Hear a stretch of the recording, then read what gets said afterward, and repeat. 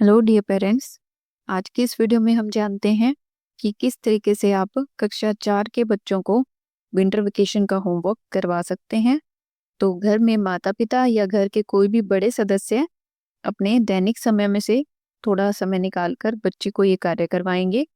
इसके लिए आप बच्चे के लिए एक अलग से नोटबुक कॉपी लगाएं और जिसमें आप बच्चा जैसा कार्य कर रहे हैं उसके आधार पर आप उसका मूल्यांकन भी करेंगे। और जैसे ही सर्दी की छुट्टियां खत्म हो जाएंगी तो आपने जो भी कार्य बच्चे को उस नोटबुक के अंदर कॉपी के अंदर करवाया है वो आप टीचर को जमा करवाएंगे। तो कक्षा 4 के लिए मैथ के लिए आपको क्या क्या गतिविधियां करवानी है देख लेते हैं। सबसे पहले आप बच्चे को अपने आसपास की परिवेश की वस्तुओं में बने पैटर्न ढूंढने के लिए कहेंगे और ऐसी 5 वस्तुओं के नाम लिखने के लिए कहेंगे। बच्चा अपनी पसंद की कोई भी 5 वस्तुएं लेगा और उनसे जो है 5 अलग अलग तरीके के पैटर्न बनाएगा। ठीक है, जैसे कि मान लीजिए बच्चे ने एक जो है पत्थर उठा लिया, पत्थर के बाद उसने एक लकड़ी, फिर एक पत्थर, फिर एक लकड़ी, इस तरीके से कर सकता है वो। या फिर जो है वो क्या कर सकता है, माचिस की तीलियां ले ली उसने मान लीजिए। ठीक है, तो उसने 2 माचिस की तीलियां रखी पहले। ठीक है, और उसके बाद उसने माचिस की डिब्बी रख दी, फिर माचिस की तीलियां रखी 2, फिर एक माचिस की डिब्बी, इस तरीके से। तो वो अपने पसंद की कोई भी चीजें लेकर जो है वो अलग अलग पैटर्न बना सकता है। अगर बच्चा सही से पैटर्न बना पाता है तो आप उसे 5 अंक देंगे। अगर बच्चा पैटर्न नहीं बना पाता तो आप उसे 0 अंक देंगे। दूसरी गतिविधि में जो आपको ये पैटर्न दिए गए हैं ये आप बच्चे की कॉपी के अंदर बना देंगे और उसे इन पैटर्न्स को पूरा करने के लिए कहेंगे। अगर बच्चा इन पैटर्न्स को सही से पूरा कर देता है तो आप उसे 5 अंक दे देंगे। अगली गतिविधि के अंदर भी ये जो पैटर्न दिए गए हैं ये आप बच्चे की कॉपी में लिख देंगे और उसे इन पैटर्न के आधार पर आगे आने वाली संख्याएं बतानी होंगी। अगर बच्चा सही से बता देगा तो आप उसे 5 अंक देंगे। अगर नहीं बता पाता तो 0 अंक देंगे। अगर मान लीजिए बच्चा इनमें से कोई भी 1 या 2 सही बताता है तो आप अपने अकॉर्डिंग उसे 2 या 3 नंबर भी दे सकते हैं। अगली गतिविधि के अंदर आप बच्चे को ये सभी संख्याएं बोलेंगे शब्दों में और बच्चे को इन्हें अंकों में लिखने के लिए कहेंगे। अगर बच्चा सभी संख्याओं को सही से लिख देगा तो आप उसे 5 अंक दे देंगे।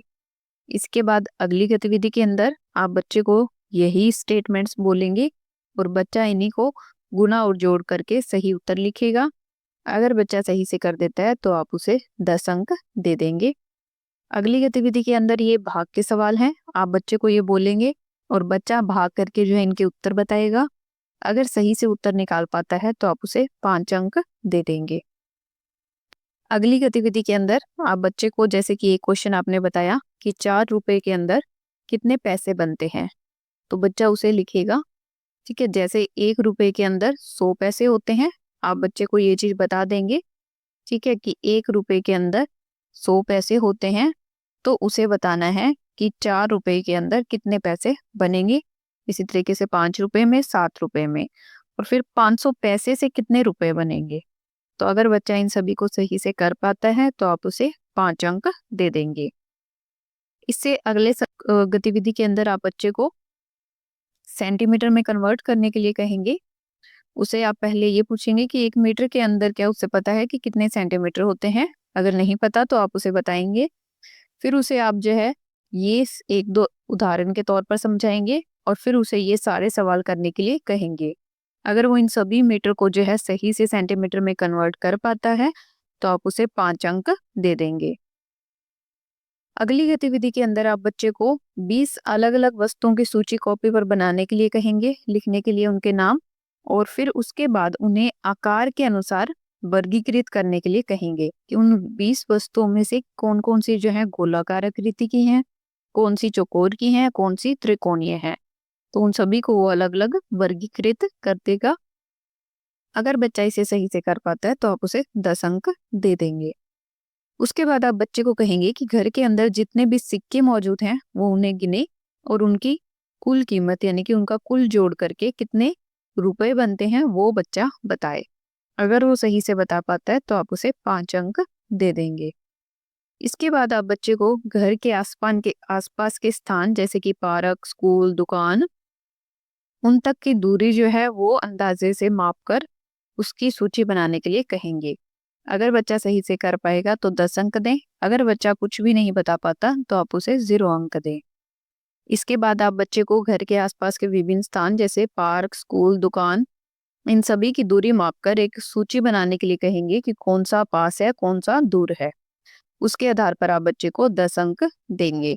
तो ये सभी कार्य के लिए आप बच्चे के लिए एक अलग से नोटबुक लगाएंगे और जैसे ही आपकी विंटर वेकेशन खत्म हो जाएगी, ये नोटबुक आप टीचर को सबमिट करेंगे, टीचर को देंगे। बच्चे ने जो भी गतिविधियां की उसके अंदर वो कुल कितने नंबर उसने प्राप्त किए हैं वो नंबर आप यहाँ लिखेंगे और घर में माता पिता या बड़े सदस्य जो भी इस काम को करवा रहे हैं बच्चे को, वो अपना नाम और अपने हस्ताक्षर यहाँ पर करेंगे। तो ये था कक्षा 4 के लिए गणित का होमवर्क विंटर वेकेशन का। ये आप जो है उम्मीद करते हैं अच्छे से बच्चे को करवाएंगे और ताकि हमारे बच्चे अच्छे से सीख पाए। तो चलिए इसी के साथ हम मिलते हैं आपसे नेक्स्ट वीडियो में।